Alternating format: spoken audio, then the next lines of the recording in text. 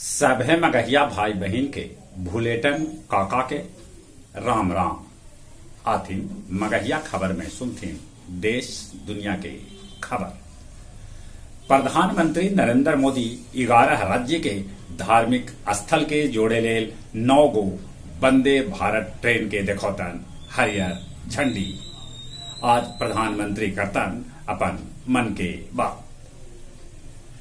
Scooty पर सवार होकर राहुल गांधी जयपुर के महारानी कॉलेज पहुंचलन।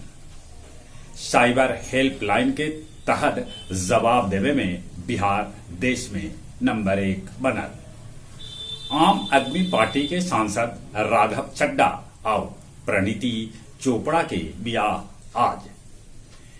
NIA 19 गो भगेड़ा खालिस्तानी के लिस्ट तैयार कैलक है।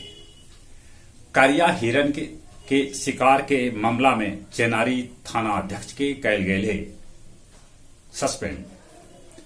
मुजफ्फरपुर सदर अस्पताल और दरभंगा मेडिकल कॉलेज अस्पताल में पानी घुस गए है। झारखंड के मुख्यमंत्री हेमंत सोरेन ईडी के सामने पेश न हो।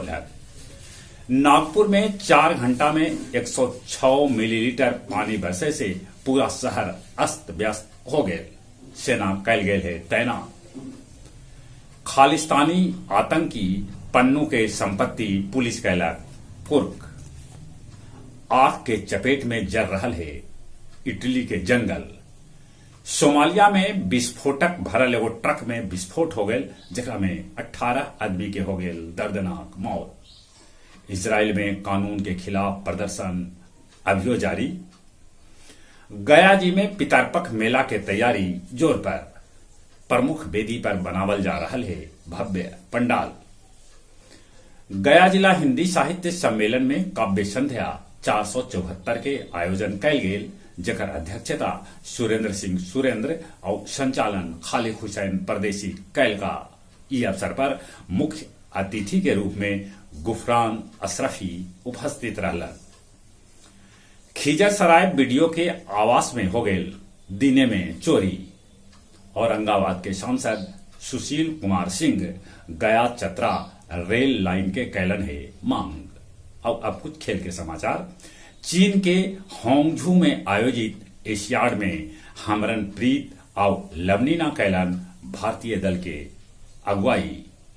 भारत पदक जीते के शुरुआत रजत पदक से कैलक। अबले भारत 3 पदक जीत चुकल है। ऑस्ट्रेलिया के साथे दोसर का वनडे मैच आज। जब भारत आज वनडे जीत गेल त सीरीज पर जमा ले कब्जा। प्रधानमंत्री नरेंद्र मोदी बनारस में देश के 54वां अंतर्राष्ट्रीय क्रिकेट स्टेडियम के रखलन आधारशिला।